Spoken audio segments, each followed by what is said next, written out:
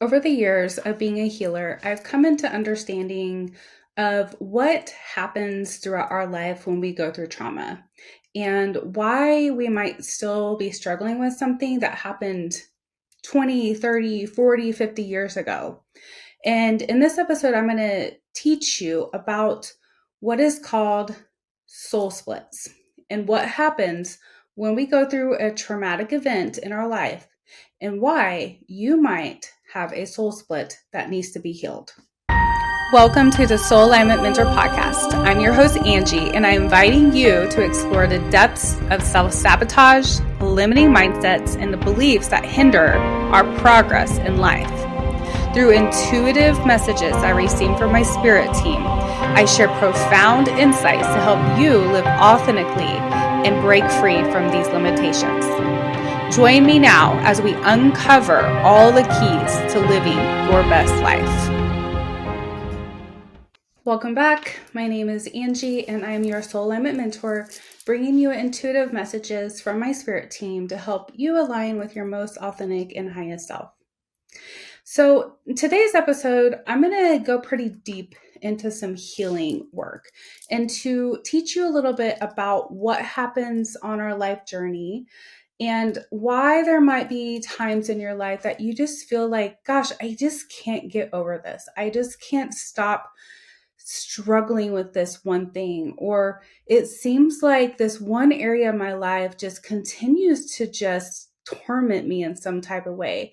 And it could be anything from the way you feel about yourself to the way you relate to other people, to the way that you attract and manifest things into your life, or it could just simply be the way that you feel in your body. And so when I talk about these things, maybe kind of just allow your intuition and your higher self to guide you inward into your heart and to ask your higher self and yourself, do I have any soul splits that need to be healed?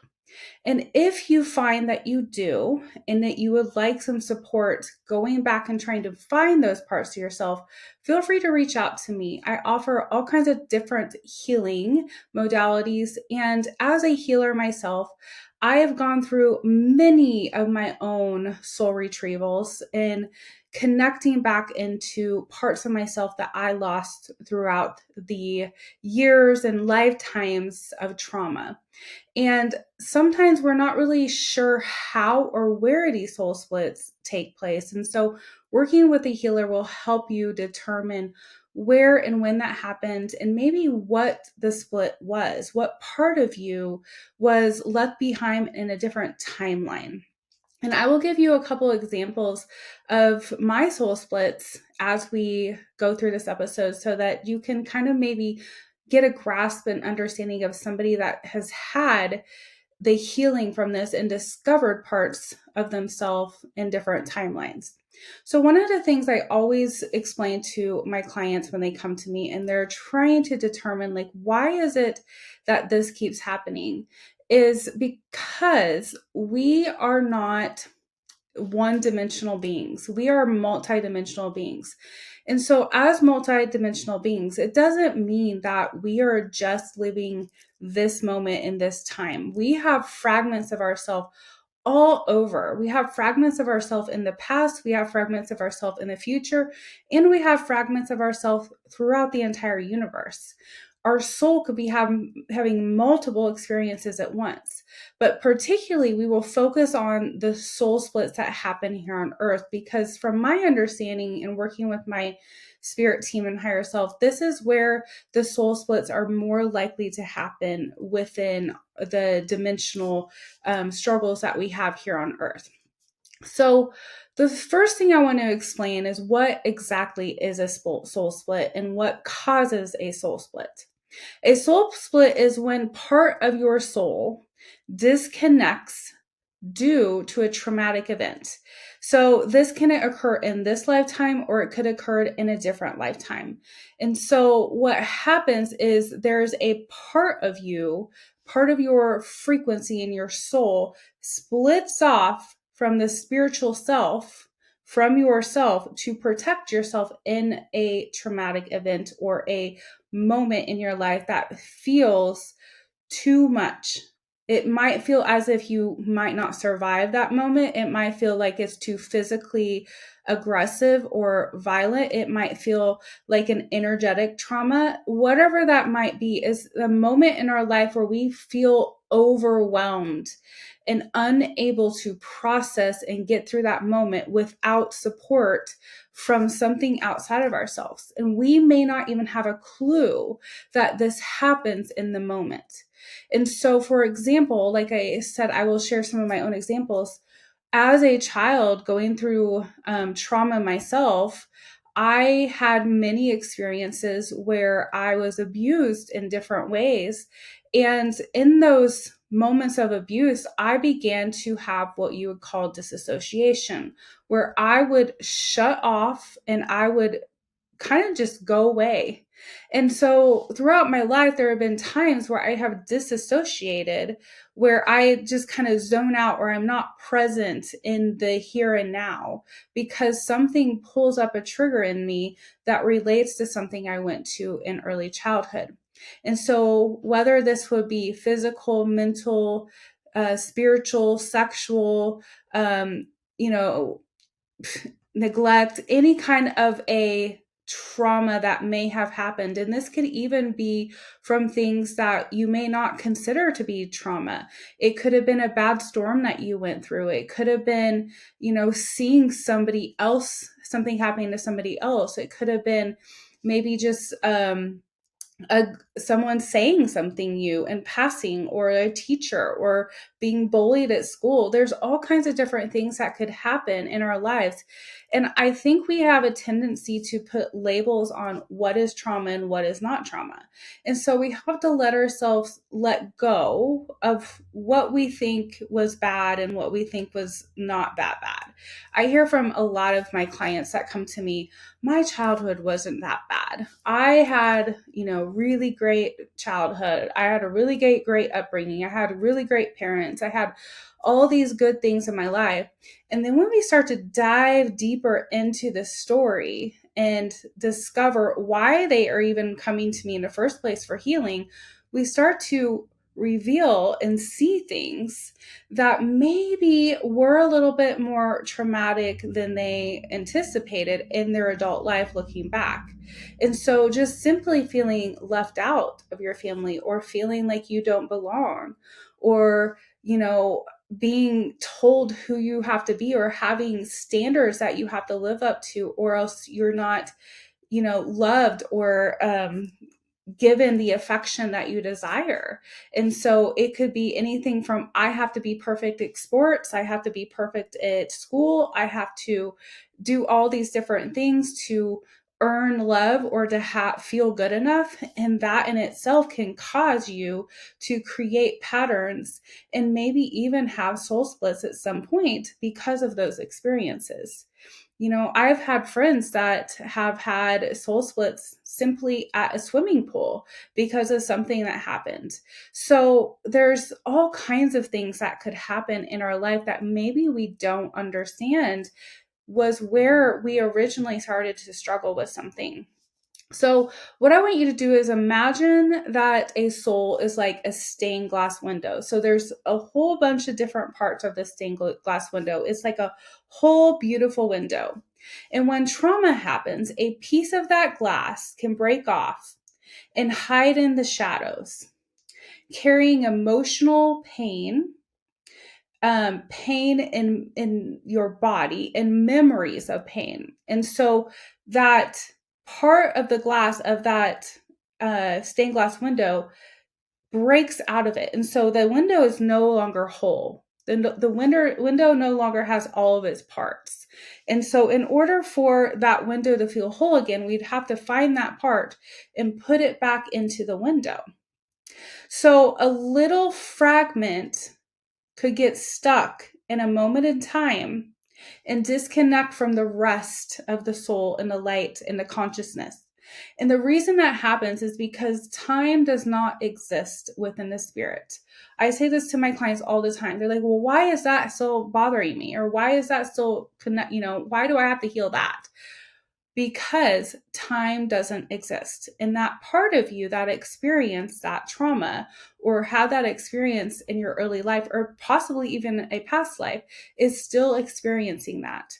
And that part of you is wanting to continue to protect you and solve the problem and move through that experience. And so, what we do is we go back to find that part of ourselves, help them move through that experience, and then pull back into your wholeness, that part of you that you disconnected from at that time. And so there might be times in your life that you actually feel like there's something missing, or I don't feel like I'm doing the right things, or there might just feel like you're just scattered and you don't have focus, you don't have purpose, you're not sure where or what you're here to do. And it could be because you have fragments of yourself scattered and they all have to come back together. And once you start pulling those back in, retrieving those, you start to feel wholeness within, where you start to function more as a divine frequency connected to your higher self. So, the result of somebody that might feel like something is missing in their life is they might feel lost, numb, disassociated, um, just not ever feeling like everything is whole in their life. Like they might be chasing after one thing or another thing, trying to figure out what's going to fulfill them. You might even have different versions of yourself. You might have to show up as one version of yourself in this setting and a different version of yourself in this setting. And that's because maybe in that one of the settings, or something that represents the setting from your childhood, there was a version of you that showed up in that space. And so that's kind of who you just naturally become when you move into that place. It could be like going home to visit your parents, or going to, see something that reminds you of it. I've had clients tell me that they visited like natural like places around the world, like buildings, like historical things, or they've visited different lands or parks, and they'll say something like, "I feel something here," and that could also represent a part of you in a past life. Or maybe if you travel overseas and you have like a deep resonance with a place, and you're like, I feel like I've been here before. Like I feel like there's something that is a part of me here. Maybe in a past life you had a soul split in that area, and you were kind of in the place where that memory was coming back up for you, and doing some kind of a soul retrieval around that could be positive and helpful for you. So you could really start to develop different patterns in your life that kind of take over or feel like they're controlling you, based on what the soul split was and where it happened in your life and the reason it happened. So it's often always linked to something unhealed, something that took place earlier in your life that has yet to be healed. And it doesn't mean that you are not already everything that you can be in this moment. It just means that the highest potential that you know that you could achieve and that you could work towards just feels like it's always out of grasp. And maybe if I try this, it will help. Maybe if I do this job, it will help. Maybe if I be friends with this group, or maybe if I do this activity, whatever it might be, it kind of feels like you're always kind of find yourself and chase yourself. And instead of just being present in your here and now and just trusting that that in itself is enough. So healing a soul split involves gently bringing back those parts of yourself in with light and love, and compassionately drawing them back into your heart. Or to a lot of times, what as I do healing sessions or hypnotherapy sessions, what we will find is that there might be a part of your body that feels empty, and that part of it, just like the stained glass window, that's where that part of your soul goes. And so for myself, there have been times I've done healing where I have felt fragments of myself that just didn't seem right. And when I would pull back part of that soul, it would fit into a different area of my life. And so I had one part of my soul fitting into my lower stomach. I've had another part of my soul fitting into my third eye. I've had another part of my soul coming into my heart. And so, based on kind of where you are in your life, what you've been through, and how disconnected you feel, and like you're trying really hard to move forward, but you just keep hitting brick walls, it that could be reveal multiple different splits that you've gone through.